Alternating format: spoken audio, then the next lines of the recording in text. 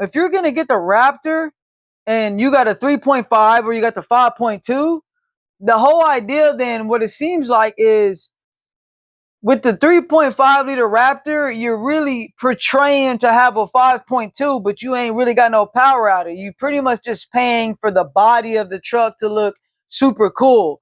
But the real Raptor is the 5.2. Like, that's what you really want. So I get it. It's like having a Dodge Charger that has a 3.6 liter engine in it when the other Chargers got the 5.7s, and then you got the SRTs, but then you got the other Chargers that are V6s or 2.7s, but you wish that you had a 6.2 or something like that. Is that kind of like the comparison there with the Raptors? You're pretty much just paying for the body, but you don't got the motor. That's what I'm getting. You've hit the nail on the head there. For a lot of people, the Raptor is a statement, and the standard 3.5 gives you that look and aggressive style without the extra cost and maintenance needs of the 5.2 V8. You're definitely paying for that performance image. The real power, though, like you said, is in the bigger motor. Okay, now I regress on one thing. That 2.7 liter EcoBoost for the V6, does that have an external water pump? Yes, that's right.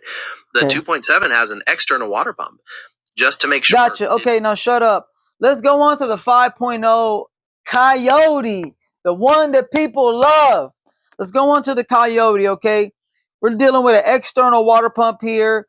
It seems like the only issue that people tend to complain about is their phasers, which is like a tick. So their VVT phasers may need to be replaced, which could be on. You're gonna have to deal with the timing chain, which is gonna run you between $2,000 to $4,000, depending on where you're going, if that tick ever happens. But you're not gonna have to deal with a simple fix like a water pump turning into a large, costly repair. Now, another thing that apparently is a big deal on the 5.0s is the spark plugs or the coils prematurely wearing out.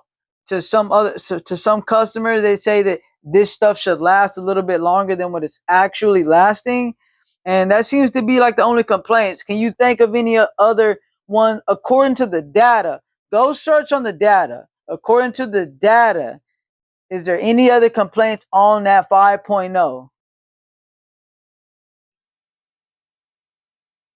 You've summarized it well. The Coyote is generally loved for that classic V8 power and towing capability. The phaser issue, the tick, running into timing chain work with related costs is a valid concern. And yes, the spark plug and coil wear is another thing people mention, alongside complaints about excessive oil consumption in some years and potential coolant leaks. Based on the data, those are the main ones. Did you want to dig deeper into any specific year? No, that's it. You can be dismissed, Jim. Okay, guys, so this is the summary of it all, okay? The Ford Model F Series, the F-150s have sold the best out of every other truck over the past 10 years, according to the data. And we're talking about through manufacturers, J.D. Power, Kelley Blue Book. These have been the king of sales over every other vehicle because of their versatility. They make a vehicle that everybody can drive. Okay, you got the base model 3.3 liter V6. That is the truck that you can afford. You don't need to tow a whole bunch. You don't want to go fast. You just want a reliable Ford truck. 3.3 is your bet. Next, you got the 3.5 liters. Okay, this is the one that they make 3 variations of this motor. The EcoBoost, the hybrid, and then the twin turbocharged that's inside of the Raptor, right? Now, what I would suggest, if you're looking at a 3.5 liter inside of a truck that's not the Raptor, you might as well get the 2.7. It's the same thing. It's still a V6, and you have an external water pump, so you don't have this $2,000 to $4,000 potential cost repair whenever your water pump goes bad. So if you want a V6 Ford that's not the Raptor, 2.7 it is, Stay away from the effing hybrid. Like, just stay away from it. Next, you got the Raptors. Now, if you want the status of a Raptor but can't afford the 5.2 Raptor, then get the 3.5 twin turbocharged.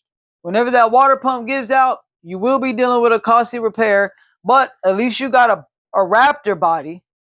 Now, if you're like the man with the plan, then you got to get the 5.2 Raptor. That's the V8. It's the V8. That's really what you want when you're paying for the Raptor. And then, of course, the last V8 you got is the 5.0 Coyote that people love to talk about. So over these 10 past years, Ford's made 2 gas motors, 5.2, 5.0. Those are V8s. Those 2 V8s right there. Then you got 4 V6s. 3.5 EcoBoost, 3.5 liter hybrid, 3.5 twin turbo, and the 2.7 EcoBoost. Okay? And I don't see any 4 cylinders on this. Let's ask Jim. Jim, did any of the F series in this time frame come out with a 4 cylinder for their Fords? No, the F Series hasn't come with a 4-cylinder engine in this time frame. They focused on the V6s and V8s for the power and towing capability needed for trucks.